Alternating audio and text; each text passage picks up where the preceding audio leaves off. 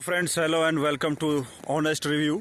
आज जुपिटर जो कि 2015 मॉडल है उसको रिव्यू करेंगे। ये स्कूटी जब 2015 में आती थी तो 110 सीसी में आती थी। अभी भी 110 सीसी भी आती है और 125 सीसी भी आती है। Both segments are available. But ये स्कूटी 2015 मॉडल से आज 10 ईयर्स के आसपास इसको होने वाले हैं। रही बात किलोमीटर्स डन की, ये 36,000 किलोमीटर चल चुकी है। और ओनर के जो रिव्यू है उसके बारे में अगर बात करेंगे तो रही बात, स्टार्ट करते हैं इसकी इंजन परफॉर्मेंस से। ये स्कूटी चलाने वाले ने पहाड़ों में भी चलाई है और आज भी हम देखेंगे यहाँ पहाड़ों पे ही खड़े हैं वेस्टर्न घाट्स में। और इससे पहले काफ़ी ऐसी हाइट्स पे जहाँ पे नॉर्मली टू व्हीलर्स लोग अवॉइड करते हैं, ख़ास करके पावर को लेके। लेकिन स्कूटी से जाने में जहाँ गियर के कोई चेंज करने का प्रॉब्लम नहीं है, तो this has been a great performer. वहाँ पे काफ़ी अच्छी परफॉर्मेंस निकाली और कहीं भी नहीं रुकने ना कहीं रुकी। हाँ, थोड़ा स्पीड कम हो जाती है हाइट पे क्योंकि सीसी सिर्फ 110 सीसी है, लेकिन उसके बावजूद भी कहीं इंजन बंद होना या ऐसा कभी नहीं हुआ। बात करते हैं फिर इसकी सर्विस कॉस्ट की कि पिछले 10 साल में सर्विस कॉस्ट कैसी रही है या कोई इंजन का ऐसा कोई काम हुआ है।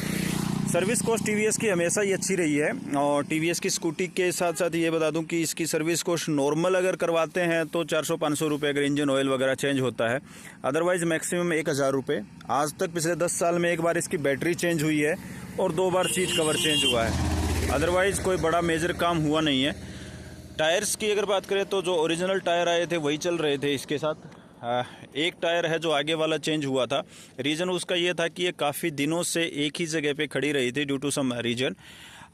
जो ओनर थे वो ही वाज नॉट अवेलेबल, तो उसके चलते आगे वाले टायर्स पे कुछ मार्किंग आ गई थी, तो वो टायर चेंज हुआ था।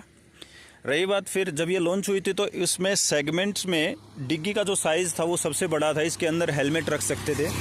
अभी तो जो नया इनोवेशन आया है इसमें दोनों हेलमेट एक साथ रखे जा सकते हैं। स्कूटी का जो डिग्गी का साइज़ है, और जो सबसे बड़ा इनोवेशन जुपिटर ने किया था वो ये टीवीएस ने किया था, वो ये किया था कि इससे पहले जितनी भी स्कूटी आती थी उनको उतर के आप पेट्रोल डलवाते थे, यानी कि डिग्गी खोल पहले सीट से उतरते थे और अंदर की तरफ उसका फ्यूल टैंक था जहाँ फील किया जा सकता था। लेकिन जुपिटर में जब आया था तो ये आपको गाड़ी से नीचे, आपकी स्कूटी से नीचे उतरने की ज़रूरत नहीं थी। ये फ्यूल टैंक जो है पीछे की तरफ ऐसे देख सकते हैं कि यहाँ पे दे दिया गया था, जिसके चलते you don't need to come down of the vehicle, आप इजीली अपना पेट्रोल फिल करवा सकते हैं। फिर बात करते हैं इसकी एवरेज की कि पिछले 10 साल से और 36,000 किलोमीटर चलने के बाद, I will show you on the meter 36,000। This scooty has already run 36,700 के आसपास ये चली है। तो एवरेज हमेशा आसपास 40 के आसपास ही रही है और बड़ा कोई है नहीं। हाँ, रही बात रिलायबिलिटी ऑफ द व्हीकल, आज के टाइम पे scooty is the best option जहाँ पे कंजस्टेड रोड्स हैं या ट्रैफिक है, जहाँ गियर चेंज करने का कोई इशू नहीं है, अपना एक्सीलेटर दो और आगे बढ़ जाओ। रेड लाइट्स हैं, easy to start, easy to drive. और आजकल तो यूनिसेक्स है, both boys and girls are using scooties for easy convenience, and this has increased the mobility. This has increased the mobility of the women from every angle, and women are nowadays using scooty as one of the easiest method to drive.